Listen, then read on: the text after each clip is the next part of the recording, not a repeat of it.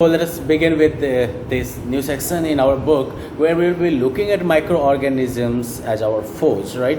इससे पहले हम लोगों ने जो है दोस्तों तौर पर तो काफ़ी देख लिया उनको, नहीं किस तरह से दही खिला के जो है वो दही खिला के जो है हमारा अच्छा वाला मुहूर्त बनाते हैं। दूसरी तरफ जो है अल्कोहल बनाने में भी जो है उन्हीं का काम आता है। तो बहुत सारा रोल है उनका, but this time we are going to look into micro organisms more in the ways in which they cause harm to us. Okay, पहली बात कि बीमारी पैदा कर देते हैं, ये गलत आदत है इनकी। अब इंसान की बात अगर करो तो बहुत सारे माइक्रो ऑर्गेनिजम्स हैं जो कि इंसानों में बीमारियां पैदा करते हैं, प्लांट्स में करते हैं, एनिमल्स में करते हैं। तो ये जो डिजीज कॉजिंग जो माइक्रो ऑर्गेनिजम्स होते हैं, दीज आर कॉल्ड पैथोजेंस। इनको जो है पैथोजेंस कहते हैं। बीमारी पैदा करने वाले माइक्रोब्स क्या हो गए? पैथोजेंस, ठीक है। और pathogens are micro organisms that cause diseases. Now pathogens जो है वो हमारे बॉडी में जो सांस हम लेते हैं उसके थ्रू घुस सकते हैं, जो पानी हम पीते हैं उसके रास्ते आ सकते हैं, या फिर जो खाना हम खाते हैं उसके रास्ते से आ सकते हैं। इसके अलावा जो है वो डायरेक्ट कांटेक्ट जो होता है उसके थ्रू वो ट्रांसमिट हो सकते हैं। लाइक जो इन्फेक्टेड पर्सन उससे डायरेक्ट टच में अगर आप आ गए तो भी वो ट्रांसमिट हो जाएंगे, या फिर वो एनिमल्स के थ्रू भी they could be carried. So basically you can say that microbial diseases that can spread from an infected person to other healthy person through air, water, food, physical contact or by animals are called communicable diseases. Microbial diseases जो कि किसी infected आदमी से जो है दूसरे healthy person तक पहुंच सकता है, हवा के द्वारा, पानी के द्वारा, खाने के द्वारा, फिजिकल कांटेक्ट के द्वारा या एनिमल्स के द्वारा। तो इसे जो है हम लोग कम्युनिकेबल डिजीजेस कहते हैं, ठीक है ना। मेरे ख्याल से कम्युनिकेबल डिजीजेस का मतलब क्या हो गया? अरे छुआछूत वाली बीमारी बेसिकली मान लो, ठीक है ना। इसके एग्जांपल जैसे हो गए कोलरा, छींक जो होती है ना, सर्दी, वो चिकन पॉक्स, ट्यूबरक्लोसिस, ये सारे जो है कम्युनिकेबल डिजीजेस के एग्जाम्पल हैं। अभी हम जो है कुछ कॉमन डिजीज देखते हैं जो कि इंसानों में माइक्रोब्स की वजह से होते हैं। तो जैसे वायरसेस की वजह से कौन कौन सी बीमारियां होती है? तो common cold, influenza, dengue fever, poliomyelitis या poliosis, hepatitis B, chicken pox, measles, mumps, small pox, rabies, AIDS, लंबी लिस्ट है भाई। इसी तरह बैक्टीरिया से जो है आपको typhoid, cholera, tuberculosis, anthrax, tetanus, food poisoning, diphtheria और प्लेग हो सकता है। बैक्टीरिया भी पीछे नहीं है बीमारी पैदा करने में। प्रोटोजोआ फिर भी थोड़ा कम है इसके पास, राइट। ये मलेरिया, काला जड़, इसके अलावा जो है एमेबिक डिसेंट्री और स्लीपिंग सिकनेस पैदा करता है। फंजाई बेचारा बहुत शरीफ लगता है, सिर्फ रिंगवर्म पैदा करता है जो कि टाइप ऑफ स्किन डिजीज़ है। ऑफ कोर्स इससे आगे और भी डिजीज़ ये पैदा करते हैं। अब इससे आगे जो है अब हम इनको जो है अगर डिटेल में देखें कि ये कम्युनिकेबल डिजीजेस फैलते कैसे हैं, तो मान लो जैसे कि ये एक इन्फेक्टेड पर्सन हो गया, राइट। ये पर्सन जो है वो छींक रहा है। अब ये जब छींक रहा है तो इसकी छींक जो है वो हवा के रास्ते से होते हुए अगले आदमी तक पहुंच गई, काम तमाम है उसका। दूसरी तरफ जो है फिर ये छींका वो पानी के गिलास में चला गया, वहाँ से जो है पानी से होते हुए दूसरे आदमी तक चला गया, हेल्दी पर्सन तक। या फिर जो है आपकी छींक जो आप मॉस्किटो वगैरह जो है उसने आपको काटा और वहाँ से वो मॉस्किटो गया, एक हेल्दी आदमी को काट लिया, ले भैया गिफ्ट ले ले, तू मुझे खून दे, मैं तुम्हें बीमारी दूंगा। या फिर ये इन्फेक्टेड पर्सन जो है वो फूड के टच में आता है, वो फूड आप खाते हैं, राइट, और उसके बाद जो है आप बीमार पड़ जाते, सॉरी आप उसके साथ आप उसी बर्तन में आप फूड खाते हैं फिर, और वो फूड उस बर्तन से जो बर्तन के साथ जो माइक्रोब्स आ गया वो माइक्रोब्स अब आपको जो है डैमेज कर दिया। बराबर कहानी है, ऐसे ही चलता है। अब तो इस तरह से जो है पहला क्या है मोड ऑफ ट्रांसमिशन, तो एयर, जो हवा हम सांस लेते हैं उसके रास्ते से बीमारी का जो है ट्रांसमिशन होता है, ठीक है। तो माइक्रो ऑर्गेनिजम्स जो इस तरह से बढ़ते हैं, जैसे कॉमन कोल्ड जो पैदा करते हैं, ट्यूबरक्लोसिस या न्यूमोनिया वगैरह, वो जो है हवा के माध्यम से चलते हैं। तो मान लो कोई आदमी अगर कॉमन कोल्ड से सफ़र कर रहा है ना, वो अगर छींकेगा या खांसी करेगा तो बहुत छोटा छोटा जो है ड्रॉपलेट जो है वो उसके मुंह से, नाक से बाहर निकलेगा, ठीक है, और उसी के साथ वो जर्म्स भी चिपके रहेंगे। अब जब कोई हेल्दी आदमी वहाँ पर सांस लेता है, वही हवा सांस के साथ उसके बॉडी में चली जाती है ना, तो ये जर्म्स भी उसके बॉडी के अंदर चला जाएगा। और यही वजह है कि जब आपको खांसी होती है या आपको छींक होती है तो हमेशा नाक के ऊपर जो है रुमाल वगैरह रख लेना चाहिए, नहीं तो हाथ ही से ढक लीजिए उसको। पानी जो आप पीते हैं उसके थ्रू कैसे ट्रांसमिशन होगा? तो जैसे कोलरा हो गया, टाइफॉइड हो गया, जॉन्डिस हो गया, तो ये सब जो है जो पीने वाला हमारा पानी होता है उसके थ्रू फैलता है। अब जो कोलरा पैदा करने वाला जो माइक्रोब है वो हेल्दी पर्सन में घुसता है कैसे? तो जो पानी वो पी रहा है ना, उस पानी में वो माइक्रोब पहले से मौजूद होगा और वो जो है उसको इन्फेक्ट कर देगा। जैसे मान लो बाढ़ के बाद या नेचुरल कैलामिटी के बाद जो अक्सर हमें क्या कहा जाता है कि आप जो है बॉइल्ड वाटर पीजिए। ऐसा क्यों? क्योंकि इस समय में जो है पानी चूंकि बहुत जगह से बह के आया है तो बहुत सारी बीमारियां पैदा करने वाली जो माइक्रोब्स होंगे वो उसमें मौजूद होंगे। अगर आप पानी को बॉईल करके पीजिएगा इन कंडीशंस में तो क्या होगा, ज़्यादातर ये माइक्रोब्स जो है वो मर जाएंगे और आप सेफ रहिएगा। नहीं तो फिर पता नहीं कहाँ कहाँ से वो बीमारी पकड़ के लाया है, आप वो पानी पीजिए, आप डैमेज हो जाइएगा। फूड जो हम खाते हैं उसके थ्रू कैसे फैल सकता है? जैसे कि प्रोटोजोआ हो गया, बैक्टीरिया हो गया, या इवन फंजाई के स्पोर्स वगैरह भी जो हैं वो सॉइल में मौजूद होते हैं, जहाँ से वो कि हमारे फूड में एंटर कर सकते हैं। और इसीलिए जो फ्रूट्स या वेजिटेबल्स हम खाते हैं मार्केट से ला के, उसको बढ़िया से धो लेना चाहिए। इंसेक्ट्स और एनिमल्स क्या रोल प्ले करते हैं? तो देखो कुछ ऐसे इंसेक्ट्स या एनिमल्स हैं जो कि कैरियर का काम करते हैं बीमारी का, ठीक है। इनको जो है ये जो एनिमल्स और इंसेक्ट्स हैं इन्हें वेक्टर्स कहा जाता है, ठीक है। तो वेक्टर्स क्या है? Just focus on the definition as well. Vectors carry the disease causing microbes from an infected person to a healthy person and cause diseases. Vector जो है वो बीमारी पैदा करने वाला माइक्रोब एक इन्फेक्टेड पर्सन से हेल्दी पर्सन तक लेके जाते हैं और बीमारियां पैदा करते हैं। अब इन वेक्टर्स में से कुछ को देख लो, जैसे कि घर की मक्खी जो होती है ना, ये सबसे डेंजरस डिजीज कैरियर, सबसे डेंजरस ये आपका जो है वेक्टर हो गया। ये क्या करता है? तो डिजीज कॉजिंग जो माइक्रोब्स होते हैं वो उसके पैरों पर, इसके मुंह पर, ठीक है, वहाँ पर चिपक जाते हैं। चाहे मान लो कि किसी के फीसिस पर बैठा हो ये मच्छर, या फिर जो सड़ा गला सामान है उसके ऊपर बैठा हो ये मक्खी, तो वहाँ से ये डेड कॉजिंग जो डिजीज कॉजिंग माइक्रोब्स होंगे उसके साथ चिपक जाएंगे। अब यही हॉर्स फ्लाई जब आपके खाने के आइटम पर आके बैठ गई ना, ठीक है, तो वहाँ पर क्या हो जाएगी, ये जो माइक्रोब्स उसके पैर पर चिपक के आए थे कुछ वहाँ पर उतर जाएंगे ना, भैया हमें इसी चौक पे उतरना है।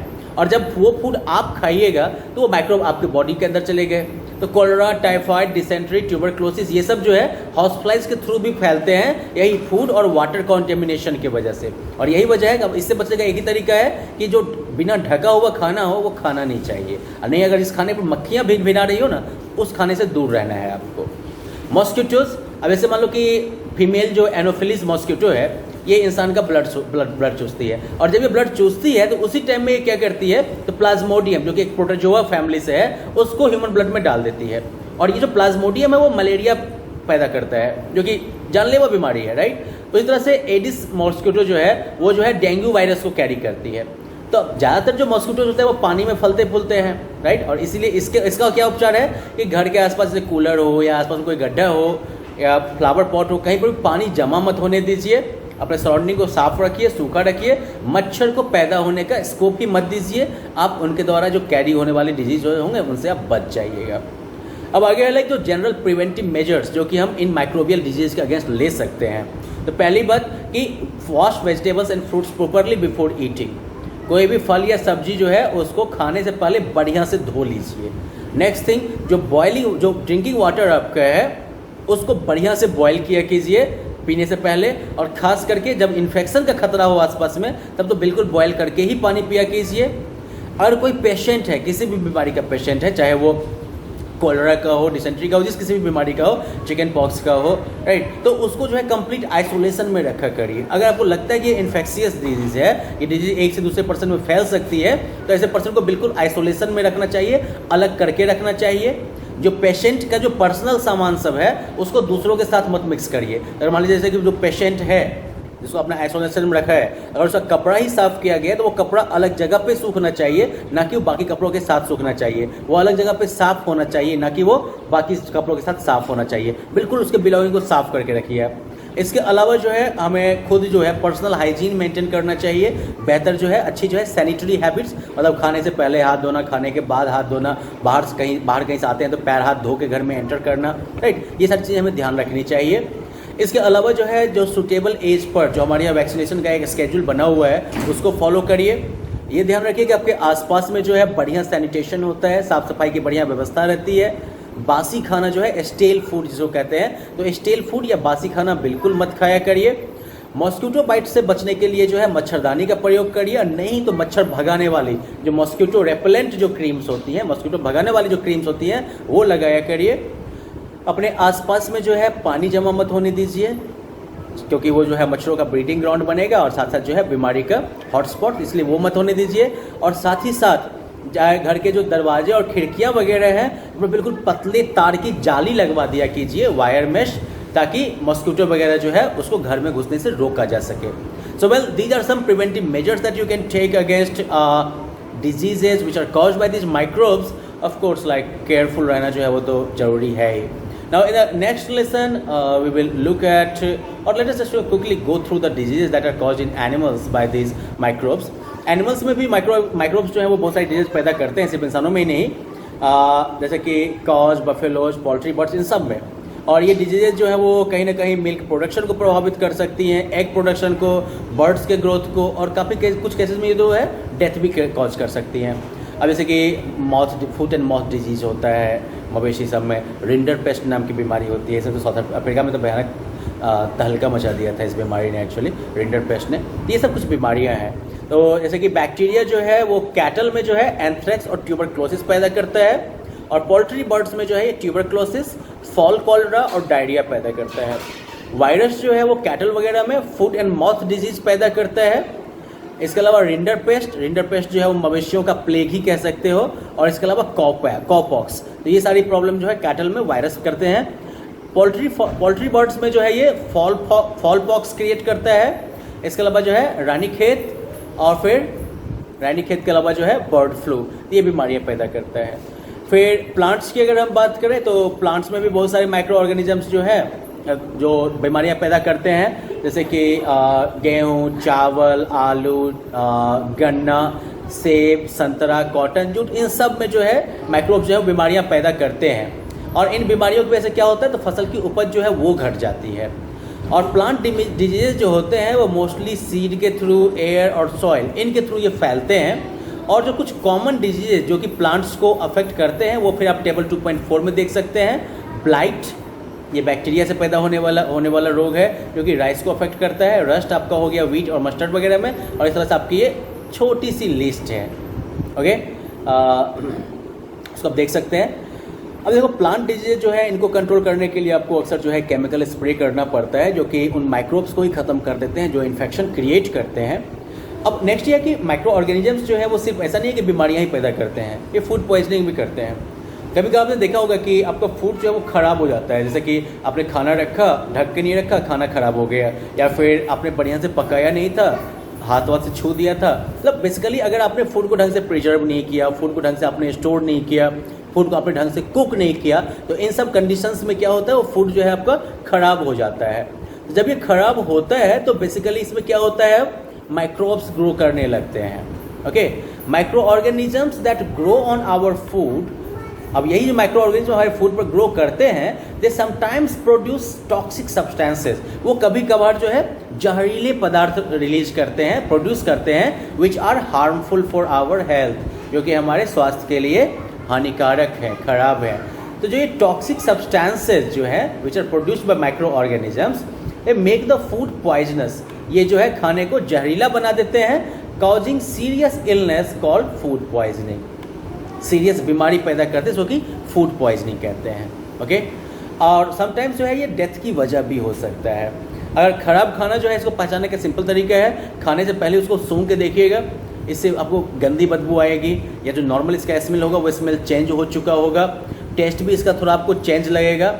और फूड पॉइजनिंग के सिम्टम्स में होंगे आपको उल्टी होगी, डायरिया होगा, भयानक पेट दर्द होगा, सर दर्द होगा, और बुखार भी लग सकता है। फूड पॉइजनिंग क्रिएट करने वाले जो बैक्टीरियाज हैं वो है साल्मोनेला, इसके अलावा जो है स्टेफिलोकोकाई, और फिर क्लॉस्ट्रीडियम। ये वो बैक्टीरिया है जो कि फूड पॉइजनिंग क्रिएट करते हैं। दूसरी तरफ फंजाई भी फूड पॉइजनिंग क्रिएट करते हैं। इसमें आपका हो गया एस्परजिलस, और फिर जो है पेनिसिलियम, ये भी जो है फूड पॉइजनिंग क्रिएट करते हैं। और इसलिए इम्पॉर्टेंट है भैया कि खाना जो है इसको बढ़िया से ढक के रखिए, इसको जो है प्रिजर्व करिए बढ़िया से। अगर फ्रिज वगैरह हो तो उसमें रख दिया कीजिए, लेकिन हमेशा फिर भी ध्यान रखिए खाने से पहले जो है, अगर बासी खाना है तो उसको एक बार सूंघ के जरूर देख लीजिए सबसे पहले कि स्मेल तो डिफरेंट नहीं हो गई है, हल्का सा चख के देख लीजिए। अगर टेस्ट थोड़ा भी डिफरेंट लगे, don't use that food all together, क्योंकि ऑफ कोर्स उसके अंदर जो है अब आपका दोस्त वाला माइक्रोब नहीं, इस बार आपका दुश्मन वाला माइक्रोब बैठा हुआ है, जो माइक्रोब जो है वो आपके हेल्थ की बैंड बजा देगा।